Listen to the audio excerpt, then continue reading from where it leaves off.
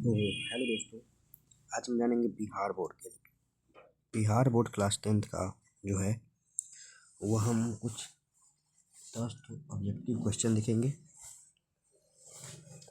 तो हमारा YouTube channel का नाम है एजुकेशन बोर्ड, जो चैनल है उस पर आपको ये मिलता है। अभी देख रहे होंगे उसी पर आप लोग एजुकेशन बोर्ड चैनल पर।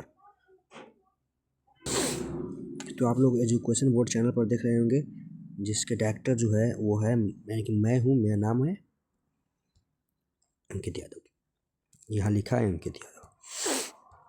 तो ये जो है इस चैनल का क्या है, तो इंट्रोडक्शन है। ये जो है इंट्रोडक्शन है। तो हम देखते हैं क्वेश्चन। तो पहला क्वेश्चन है, देखिए पहला क्वेश्चन है कि प्रकाश जो है वो कौन सा तरंग है। प्रकाश कौन सा तरंग है, यहाँ लिखा हुआ है प्रकाश जो है वो कौन सा तरंग है। तो ऑप्शन दिया गया,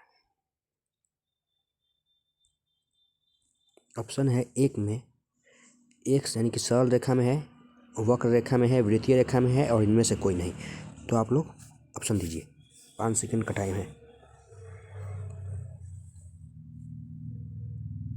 चलिए ख़त्म हुआ। तो इसका सही आंसर जो होगा वो प्रकाश जो है वो ऐसे आता है। किस तरह से आता है तो आप लोग को बताते हैं हम। प्रकाश किस तरह से आता है, प्रकाश जो है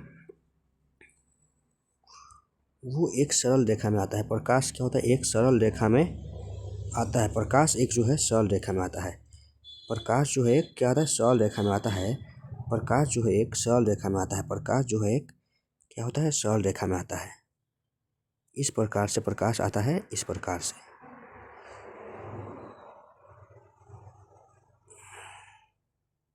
इस प्रकार से प्रकाश जो है सरल रेखा में आता है। ये जो है सरल रेखा है, और इस प्रकार से जो आएगा, इस प्रकार से ये सरल रेखा नहीं है। तो हमारा आंसर जो हो जाएगा option number B is right answer. Option number B is right answer. Option number B is right answer. Option number B कौन सा हो जाएगा, तो option number B. Option number B is right answer. उसका दूसरा क्वेश्चन है, उसका दूसरा क्वेश्चन क्या है, दूसरा क्वेश्चन जो है प्रकाश का सबसे बड़ा स्रोत कौन सा है। यानी प्रकाश का सबसे बड़ा स्रोत कौन है, प्रकाश का सबसे बड़ा स्रोत कौन है, प्रकाश का सबसे बड़ा स्रोत कौन है। तो प्रकाश का सबसे बड़ा स्रोत कौन है बताइए, 5 सेकंड का टाइम है।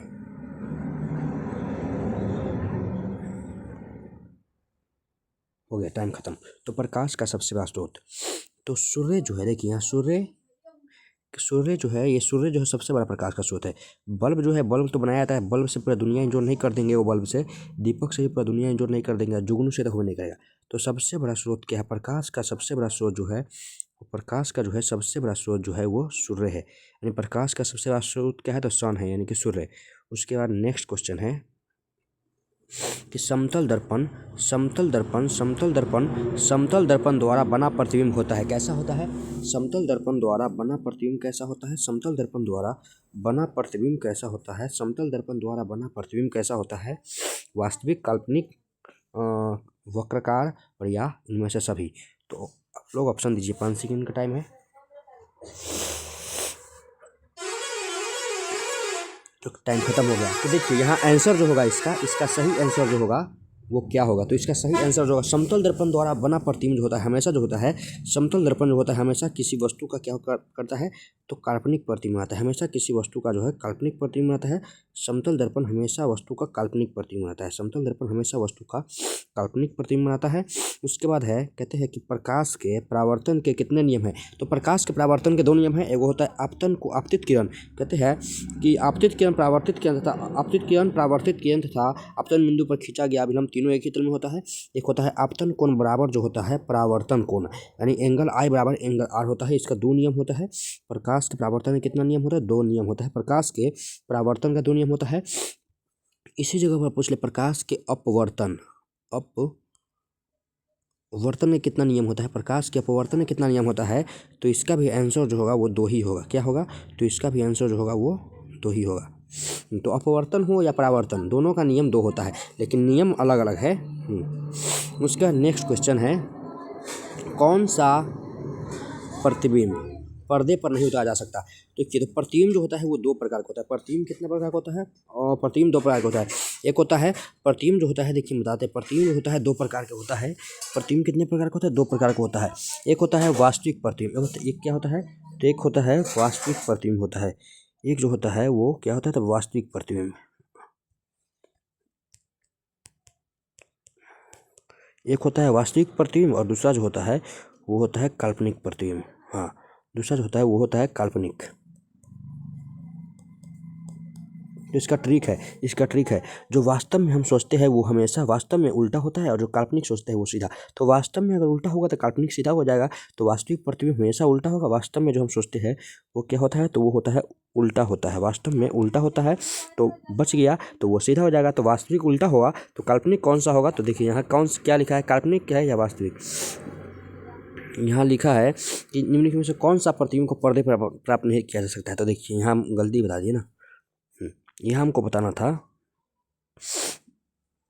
देखिए यहाँ बताना था कि पर्दे पर प्राप्त किया जा सकता है, तो जो उल्टा होगा यानी वास्तव में जो होगा उसको हम पर्दा पर प्राप्त कर सकते हैं, पर्दा पर प्राप्त कर सकते हैं। और जो होगा, और जो वास्तव में नहीं होगा, जो वास्तव में नहीं होगा, जो वास्तव में नहीं होगा, उसे हम पर्दा पर प्राप्त नहीं कर सकते हैं। तो वास्तविक जो होगा उसे पर्दे पर प्राप्त कर सकते हैं, और जो अवास्तविक होगा उसे पर्दे पर प्राप्त नहीं कर सकते हैं। क्योंकि वास्तव का प्रतिबिंब पर्दे पर प्राप्त कैसे होगा? तो हम बताते हैं। जैसे कि सूर्य से आने वाला प्रकाश जो है वो वास्तविक प्रकाश है, यानी वास्तविक जो उसका प्रतिबिंब जो बनता है वो वास्तव में बनता है।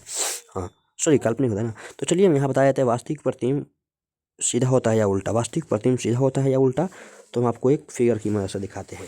एक सेकेंड रुक जाइए। जैसे आप यहाँ देख सकते हैं, ये जो है ये क्या है? तो इमेज है, यहाँ प्रतिबिंब बना है।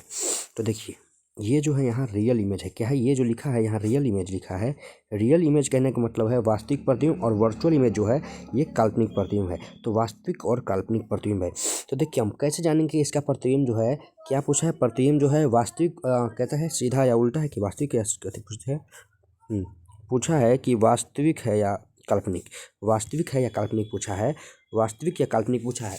तो वास्तविक प्रतिबिंब ऐसे बनेगा जब हम इस प्रकार से ले आएंगे। वास्तविक प्रतिबिंब में ये जो डॉट होता है वो वास्तव वाला प्रतिबिंब में ये टूटी हुई रेखा को नहीं दर्शाते हैं। यानी वास्तविक प्रतिबिंब को हम क्या करते हैं?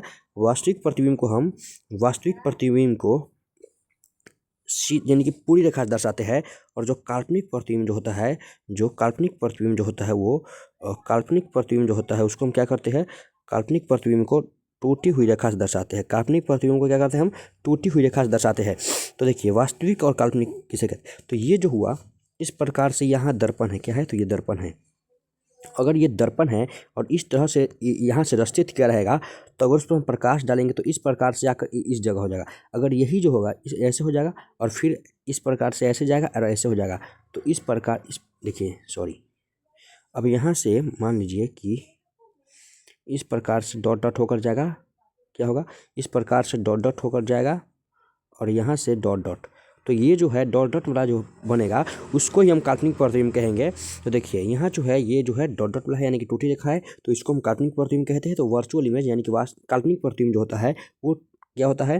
तो काल्पनिक प्रतिबिंब जो होता है वो हमेशा क्या होता है? तो हमेशा जो होता है उसको टूटी रेखा से दर्शाते हैं। तो उसको हम क्या कहेंगे? उसको जो कहेंगे हम देखिए यहाँ लिखा है, काल्पनिक प्रतिबिंब हमेशा कहते हैं कौन सा पर्दे पर नहीं उतारा जा सकता, तो सॉरी पर्दा पर नहीं उतारा जाएगा। तो वो जो काल्पनिक प्रतिबिंब को हम पर्दा पर नहीं उतार सकते, किधर गया? काल्पनिक प्रतिबिंब को हम पर्दा पर नहीं उतार सकते हैं। तो काल्पनिक प्रतिबिंब को हम पर्दा पर नहीं उतार सकते हैं, तो ये लिख देंगे काल्पनिक प्रतिबिंब हम पर्दे पर नहीं उतार सकते हैं। उसके बाद नेक्स्ट क्वेश्चन है, क्या है? तो नेक्स्ट क्वेश्चन है, किसी समतल दर्पण के सामने रखी वस्तु का प्रतिबिंब कितनी दूर बनता है? अब समतल दर्पण के सामने कोई वस्तु रखा जाएगा तो उसका प्रतिबिंब कितना दूर बनेगा, बताइए। तो देखिए समतल दर्पण के सामने जो वस्तु रखेंगे, वस्तु को यहाँ रखेंगे, तो अगर यहाँ वस्तु रखेंगे तो यहाँ बनेगा, यानी कि यहाँ प्रतिबिंब है। यहाँ 1 मीटर की दूरी पर है, 1 मीटर की दूरी पर वस्तु खड़ा है, तो उसका प्रतिबिंब भी 1 मीटर की दूरी पर बनेगा। यानी कि जितना पीछे जाएगा वस्तु उतना ही आगे प्रतिबिंब बनेगा। तो समान दूरी पर बनता है, क्या है? समान दूरी पर बनेगा। उसका प्रतिबिंब जो होगा वो हमेशा समान दूरी पर बनेगा। उसका प्रतिबिंब हमेशा समान दूरी पर बनेगा। क्या होता है? उसका प्रतिबिंब जो होता है हमेशा समान दूरी पर बनता है। तो काल्पनिक प्रतिबिंब का जो होता है वो क्या? तो समान दूरी पर बनेगा। तो ये हो गया। उसके बाद नेक्स्ट क्वेश्चन है, वह कौन सा दर्पण है जिससे सीधा और आवर्धित प्रतिबिंब का निर्माण करता है। तो वो दर्पण जो होगा वो कौन सा होगा, टाइमर दे रहे हैं। सीधा और आवर्धित सिर्फ जो बनाता है, सीधा और आवर्धित, ये तीनों हो जाएगा, इसमें तीनों आंसर हो जाएगा, इसका आंसर तीनों हो जाएगा। निर्वात में प्रकाश का वेग क्या होता है, तो 3×10⁸ मीटर प्रति सेकंड हो गया। वह कौन सा चालक है, वह कौन सा वाहन में चालक के सामने और बगल में कौन सा दर्पण लगा रहता है। तो कौन सा दर्पण लगा रहता है, तो वाहन में चालक के सामने और बगल में जो है वो कौन सा दर्पण लगा रहता है, तो उत्तल दर्पण लगा रहता है, उत्तल दर्पण लगा रहता है, उत्तल दर्पण लगा रहता है। नेक्स्ट है, खत्म हो गया, तो डी एंड। तो जितना भी था क्वेश्चन वो सब खत्म हो गया है। 10 क्वेश्चन लगाए हैं, 10 में से 10 खत्म।